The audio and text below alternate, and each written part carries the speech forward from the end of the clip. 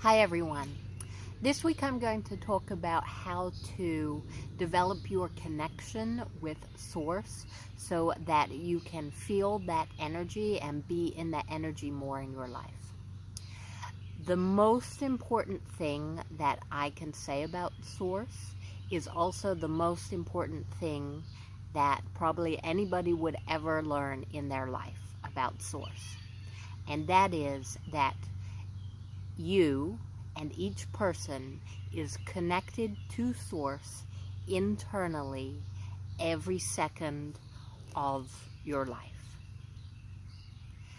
That is because you are Source.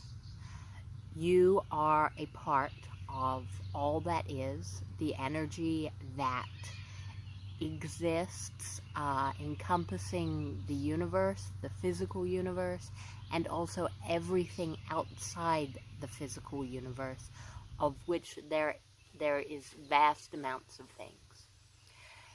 That energy has put part of its attention and part of its awareness into a bundle that has created you as an energy and as an individual. So you exist as a portion of Source's attention. Furthermore, that bundle of energy or that individuality that you exist as is not tied to your human body. That bundle of energy that you exist as has had many different lifetimes or has been aware of many different lifetimes, and each time that you have put your attention on a person living a life, when that body dies, then your attention from that life then goes back to your individual energy, which is you, which is a part of Source. So while you are living this life with your attention focused on this body, you are still intimately connected to what I call your larger self, which is that larger bundle of energy that you think of when you think of yourself as consciousness, as an individual. That part of that energy is temporarily connected to perceiving, or has chosen to perceive and be aware of life from the eyes of your physical body. New location. So when your physical body dies, your perspective will shift back to the individual energy, your larger self, that which you really are. And I'm telling you all this so that you know that connecting with Source simply means shifting your energy inwards or backwards to a deeper part of who you really are. That's all it is. It shouldn't be a scary thing for anyone. There is actually no magic genie that pops up during meditation and grants you your 3 wishes.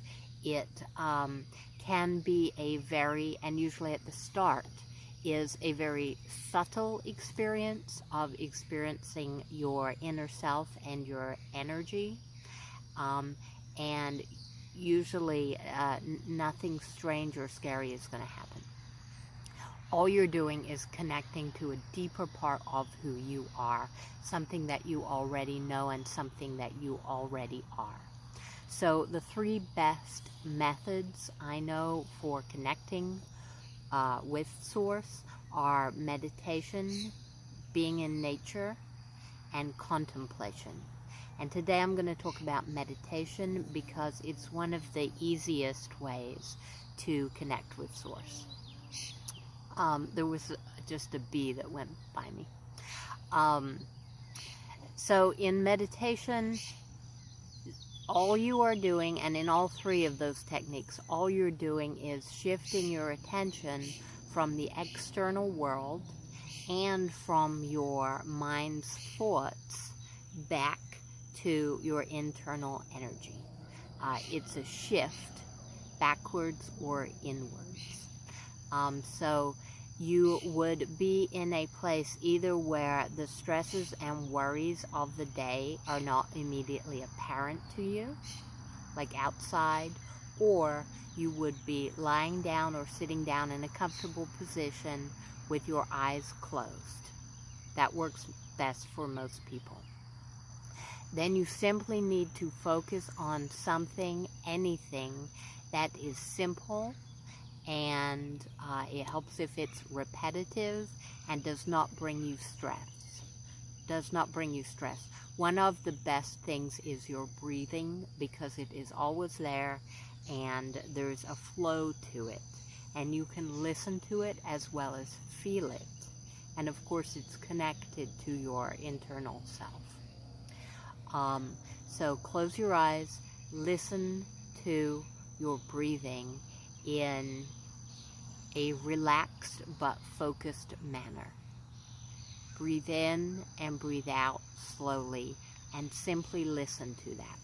Now, what is going to happen the first time you do that is that you are going to have a lot of thoughts running through your head. It's simply a case of gently refocusing yourself on your breathing every time you hear those thoughts.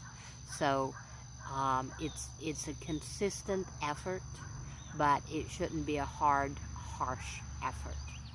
Now, I would recommend doing it for maybe 15 or 20 minutes once a day. The thing is with this, as with everything else, momentum. The more you do it, the easier it becomes and the more familiar it becomes. And also, like I said, it is very subtle at the start to pick up the feelings and the movement of your own energy, because usually we are not focused on that part of ourselves. So you sort of have to attune yourself to feeling what at first is imperceptible changes within yourself. And they, at first, it may be a deep emotion, deep in the sense of a very inwards emotion. It may be lights or colors or sounds, whatever. People experience their inner world differently. But eventually you will get something that you will notice is the type of information or a sense that you do not normally have when you are focused on the external world. And connecting with that and learning about that over time will bring you more information regarding the questions you ask. So it's simply a case of reconnecting with a deeper part of yourself and building that momentum every day.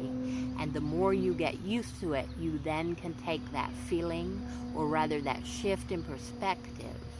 The more you get used to it during meditation, the more you will be able to do that kind of energetic movement when you are going about your day and when you are involved in different things. I would not try that until you have been meditating quite a while.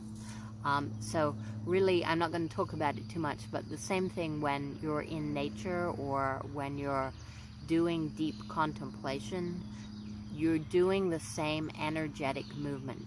You're shifting away from the daily stresses, and you're shifting away from the normal thinking and anxiety and fears that your mind normally uses as its consistent chatter, and you're moving backwards and inwards to something else. And it starts off that you are learning that energetic movement with specific techniques, and people teach all kinds of different techniques. There are a million different ways to learn meditation. I would encourage you to find whatever works for you. There is nothing that is right or wrong other than something that works better for you. And again, when you do that, you're learning that shift in energy, and once you have that shift down, then you can start taking it into other places. The only other practical advice I would give you is do not start meditation when you are stressed, or when you are super excited, or when your mind is going full steam ahead on some topic. So what that normally means is a good time to start it is sometime like in the morning before you've become stressed about the day, or for some people in the evening after you've relaxed, you've had dinner, you've sat down, you feel more like yourself, you get sleepy.